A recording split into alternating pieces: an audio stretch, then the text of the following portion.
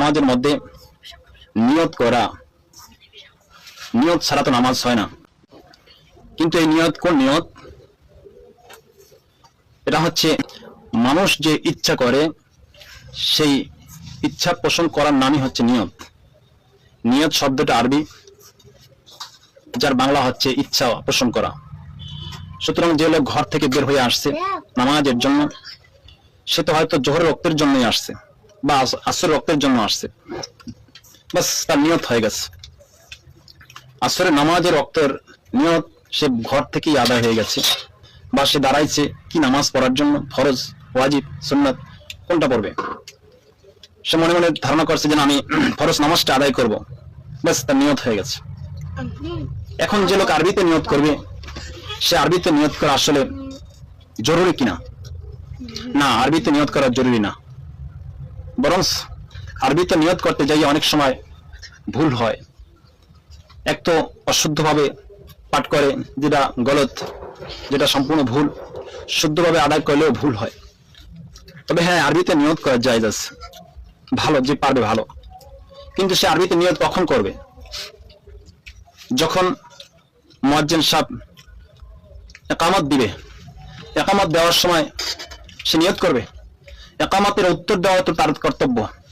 মুয়াজ্জিন বলবে আল্লাহু আকবার, আল্লাহু আকবার, আল্লাহু আকবার, আল্লাহু আকবার। যারা শ্রবণ করবে মুসল্লি, তারাও তো বলবে আল্লাহু আকবার, আল্লাহু আকবার, আল্লাহু আকবার, আল্লাহু আকবার।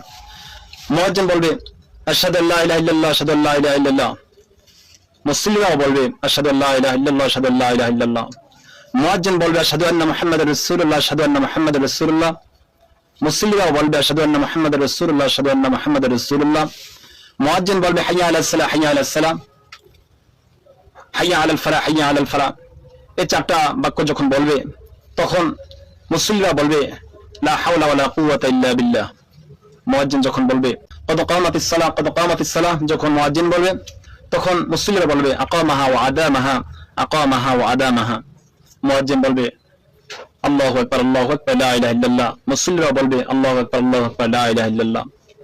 এটা তো মুস্তাহাব। মুয়াজ্জিনের পাশাপাশি এই উত্তরটা মুসল্লিরা দিবে।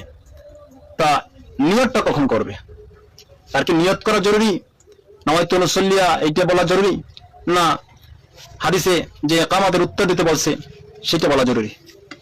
জরুরি তো আসলে হচ্ছে মুয়াজ্জিন যে ইকামত দিচ্ছে, ইকামতের উত্তর দেওয়া। এই জন্য আরবিতে নিয়ত করার সময় মূলত নেই। সে মনে মনে যে ইচ্ছা পোষণ করছে সেটাই তার জন্য নিয়ত, তার জরুরত আদায় হয়ে গেছে, তার নিয়ত আদায় হয়ে গেছে।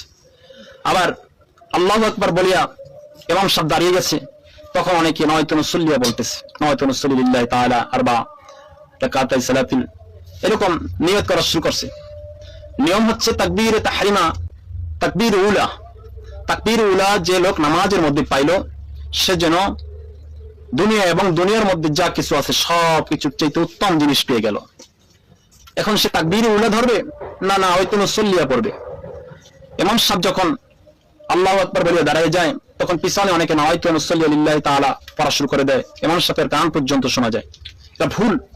বরং ইমাম সাহেব আল্লাহু আকবার বলে সাথে সাথে মুসল্লিরা আল্লাহু আকবার বলিয়া দাঁড়িয়ে যাবে।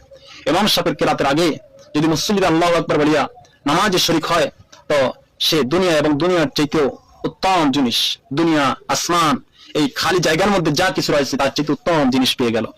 এজন্য আমাদের কিছু মুসল্লিরা ভুল পদ্ধতিতে আছে, ভুল পথে আছে। তারা মনে করে আরবিতে নিয়ত না করলে নামাজই হয় না। এটা ভুল। বরং আপনি যে নিয়তটা মনে মনে করছেন সেটি আপনার জন্য যথেষ্ট। আল্লাহ তাআলা আমাদেরকে এই ভুল থেকে দূরে থাকার তৌফিক দান করুক। আরবিতে নিয়ত এরকম হাদিসের কিতাবে কি আছে? না।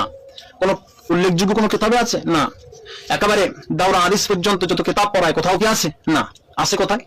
আছে বাগদাদি যে কায়দা আছে, সেই কায়দার মধ্যে আছে, বাগদাদি কায়দা। বাগদাদির কায়দার মধ্যে তো অনেক কিছু ভুল আছে। আপনিও কি সেই ভুল পথে থাকবেন? না। প্রথম থেকে পেলে থেকে দাওরা হাদিস পর্যন্ত যতই ক্লাস অগ্রসর হবেন, এরকম নিয়তের সরাসরি কোথাও নাই, কোনো হাদিসেও নাই, কোরআনেও নাই। সুতরাং এটা নিয়ে বাড়াবাড়ি করাও ঠিক না। আল্লাহ পাক রব্বুল আলামিন আমাদেরকে সঠিক বুঝিয়ে আমল করার তৌফিক দান করুক। আমিন।